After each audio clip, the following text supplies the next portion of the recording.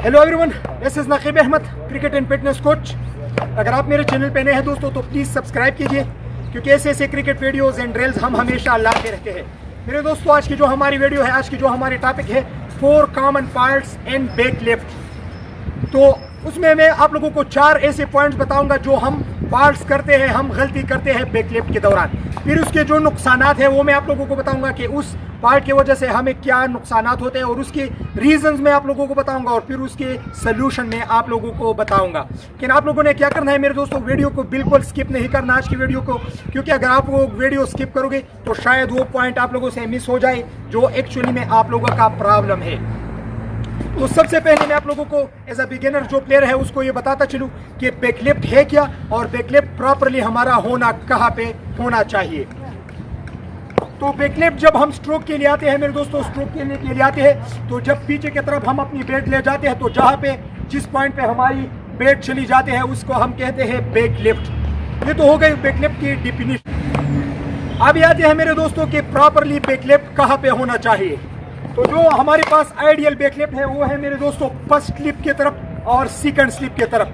हमारी बैट की pace first slip या सेकंड स्लिप की तरफ होना चाहिए। तो ये तो हो गई मेरे दोस्तों बैक लिफ्ट की डिफिनेशन और प्रॉपर आइडियल बैक लिफ्ट। अब आते हैं अपने जो कॉमन पार्ट्स है हमारे उसी की तरफ। तो जो सबसे कॉमन पार्ट है हमारे पास मेरे दोस्तों वो ये है कि हमारी बैक जो बैट है वो चली जाती है पॉइंट या गली की तरफ, पॉइंट या गली की तरफ। तो ये तो हो गई मेरे दोस्तों पार्ट। अभी इसके नुकसानात मैं आप लोगों को बताता हूँ कि क्या नुकसानात है हमारे पास। तो उसके जो नुकसान है मेरे दोस्तों, हम ऑन साइड पे तो इजीली तरीके से खेल पाएंगे, क्योंकि हमारी बैक लिफ्ट वहाँ से आती है। तो on drive, glance, flick shot, इसके अलावा पुल शॉट, इसके अलावा लॉन्ग में विकेट पे हिट लगाना, सब तो हमारी अच्छी होगी।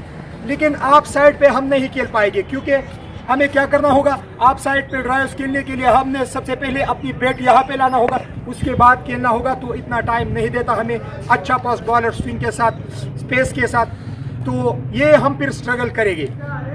अभी मैं इसका रीज़न आप लोगों को बताता चलूँ कि इसके रीजंस क्या है, क्यों हमारी बैट पॉइंट की तरफ चली जाती है। तो इसके 2 रीजन है मेरे दोस्तों। सबसे पहला जो रीज़न है too much side on position, front on position. हम अपनी जो हम जो अपनी चेस्ट पोजीशन है स्टांस के दौरान वो बहुत ही फ्रंट ऑन बनाते हैं, अपनी चेस्ट बहुत ही ज़्यादा बॉलर को दिखाते हैं, तो हमारी बैट ऑटोमेटिकली चली जाती है पॉइंट या गली की तरफ। तो एक रीज़न ये हो गई। दूसरा ये रीज़न है मेरे दोस्तों कि हम अपनी फ्रंट एल्बो बहुत ही ज़्यादा, मतलब इसी तरीके से नहीं रखते, गिराते हैं, बहुत ही ज़्यादा गिराते हैं मिड विकेट की तरफ। तो उस वजह से हमारी जो बैट की जो पोजीशन है वो बन जाती है पॉइंट और गली की तरफ। तो इन दोनों चीज़ों को अगर आप लोग थोड़ा कम करोगे तो आप लोगों का ये प्रॉब्लम इंशाल्लाह हल हो जाएगा। अब आते हैं अपनी दूसरे कॉमन पार्ट की तरफ। दूसरे कॉमन पार्ट में हम क्या करते हैं मेरे दोस्तों, अपनी बैट विकेट कीपर की तरफ ले जाते हैं, इसी तरीके से विकेट कीपर की तरफ होती है। तो ये तो हो गई मेरे दोस्तों फॉल्ट। अभी मैं आप लोगों को बताऊंगा कि इसके नुकसानात क्या है।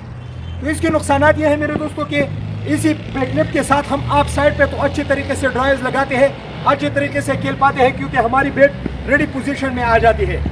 लेकिन इसके साथ फिर ऑन साइड पे खेलना बहुत ही ज़्यादा मुश्किल होता है, क्योंकि हमारी बैट ब्लू के लिए ईरा नहीं रहते। अगर हम लेग साइड पे खेले भी, लेकिन क्रॉस बैट के साथ, अच्छी सीधे बैट के साथ खेलना बहुत ही ज़्यादा मुश्किल होता है। तो ये हो गई मेरे दोस्तों उसकी नुकसान। अभी इसके रीजंस मैं आप लोगों को बताऊंगा कि रीजंस क्या है, क्यों हम ऐसा करते हैं। तो इसके 2 ही रीजंस हैं मेरे दोस्तों। एक too much side on position, जब हम बिल्कुल साइड ऑन पोजीशन में खड़े होते हैं तो हमारी बैक लेफ्ट ऑटोमेटिकली चली जाती है विकेट कीपर की तरफ। और दूसरी जो पॉइंट है मेरे दोस्तों, हम अपने फ्रंट एल्बो को लॉक करते हैं मिड ऑफ की तरफ, इसी तरीके से मिड ऑफ की तरफ हम लॉक करते हैं, तो हमारी बैक लेफ्ट यहाँ पे चली जाती है।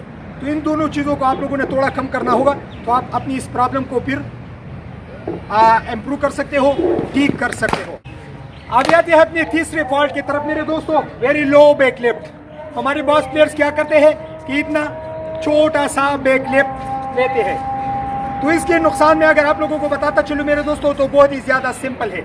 इसका नुकसान ये है मेरे दोस्तों कि अगर आप डिफेंस करना चाहे, आप बॉल को डिफेंस कर रहे हो, तो आप तो अच्छी तरीके से करोगे, क्योंकि उसमें बैलेंस और कंट्रोल ज़्यादा होगा।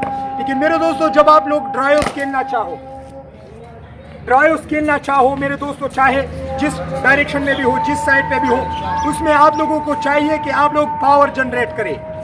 तो इतने लो बैक लेफ्ट के साथ आप लोग कभी भी फिर पावर जनरेट नहीं कर सकते। कभी भी आप लोग पावर जनरेट नहीं कर सकते तो आपके ड्राइव्स, आपके शॉट में पावर नहीं होगा। अगर पावर नहीं होगा मेरे दोस्तों तो बॉल जाएगा नहीं बाउंड्री की तरफ। तो इस नया लो बैक लेफ्ट आप लोगों ने नहीं लेना होगा। अभी आप लोग कहोगे कि अगर इतना नहीं लेना तो कितना लेना है?